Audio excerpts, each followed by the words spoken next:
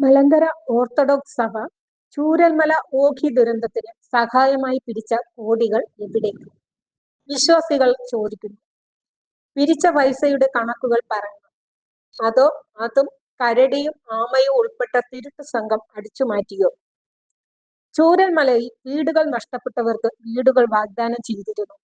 അതിന്റെ പേരിൽ ലോകമെമ്പാടും പിരിവും നടത്തി. ആ പിരിച്ചതിന്റെ കണക്കുകൾ എവിടെ? വീട് വയ്ക്കാനാണെന്നും പറഞ്ഞ് സ്ഥലം വാങ്ങിയതായും വാങ്ങിയ സ്ഥലം മണ്ണിട്ട് നിരത്തുന്നുവെന്നുമൊക്കെ സോഷ്യൽ മീഡിയയിൽ കാണുന്നുണ്ട്. ദുരന്തം നടന്നിട്ട് എത്ര വർഷമായി? ഇതുവരെ വീട് വയ്ക്കാൻ സ്ഥലം ഒരുക്കുന്നതേ ഉള്ളൂ. എന്തുകൊണ്ട് വീട് വയ്ക്കാൻ വൈകുന്നു? പിരിച്ച പണം വക മാറ്റിയോ? അതോ ഭണ്ഡാരത്തിൽ ആരെങ്കിലും കൈയിട്ട് വാരിയോ? അതിന് ഡോക്ടറേറ്റ് എടുത്ത വീരന്മാരാണുള്ളത്. അത് തന്നെയാണ് വിശ്വാസികളുടെ സംശയവും. ദുരന്തങ്ങളെ സുവർണ അവസരമാക്കുന്നവരാണ് മുതലക്കണ്ണീർ ഒഴുക്കി വിശ്വാസികളുടെ മുൻപിൽ എത്തുന്നവര് മിക്കവരും. ബത്തേരിയിൽ വിശ്വാസികൾ പൊഴിഞ്ഞു പോകുമ്പോൾ ആർക്കും മുണ്ടാട്ടമില്ല. നേരത്തെ പള്ളി ഒന്ന് പോയി കിട്ടിയപ്പോഴും മൗനം തന്നെയായിരുന്നു. ഇപ്പോ ദേ വിശ്വാസികൾ പോയി തുടങ്ങി. ഞാനും അപ്പനും സുഭദ്രയും ഭരണം തുടങ്ങിയിട്ട് വർഷം 4 എല്ലാം പോകുവാണ്. വിശ്വാസികൾ പഠിക്കണം. എല്ലാ ധനസഹായവും കഴിയുന്നതും നേരിട്ട് മാത്രം നൽകുക.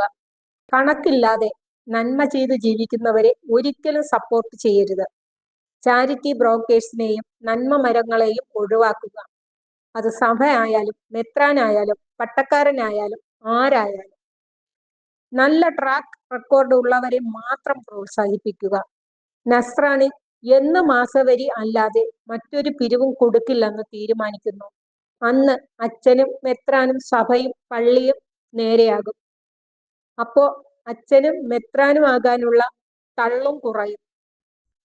ക്വാണ്ടിറ്റി കുറയുമ്പോൾ ക്വാളിറ്റി താനെ കൂടിക്കോളും. സഭയിൽ കുറെ താങ്ങികളുണ്ട്.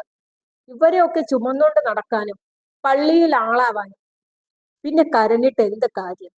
കേരളത്തിൽ ഇപ്പോൾ തന്നെ ആവശ്യത്തിലധികം പള്ളിയും കുരിശുപള്ളിയും മെത്രാന്മാരും ഭദ്രാസനവും ഒക്കെ ഉണ്ട്. ഇനി പള്ളി വെക്കണമെങ്കിൽ സഭയും മെത്രാനും അച്ഛന്മാരും കൂടി വെക്കട്ടെ. അപ്പോൾ വിശ്വാസികൾക്ക് പോയി പ്രാർത്ഥിക്കാമല്ലോ. ആമയും കരടിയും ഒക്കെ ഉള്ളിടത്ത് ഇങ്ങനെയൊക്കെ പ്രതീക്ഷിച്ചാൽ മതി. ഇവന്മാരുടെ സ്വത്തുക്കൾ ആദ്യം ഒന്ന് പരിശോധിക്കണം. മുമ്പുള്ളതും ഇപ്പോഴുള്ളതും കൃത്യമായി വിലയിരുത്തണം. അപ്പോൾ മനസ്സിലാകും ചക്കരക്കുടത്തിന്റെ രുചി എന്താണ്.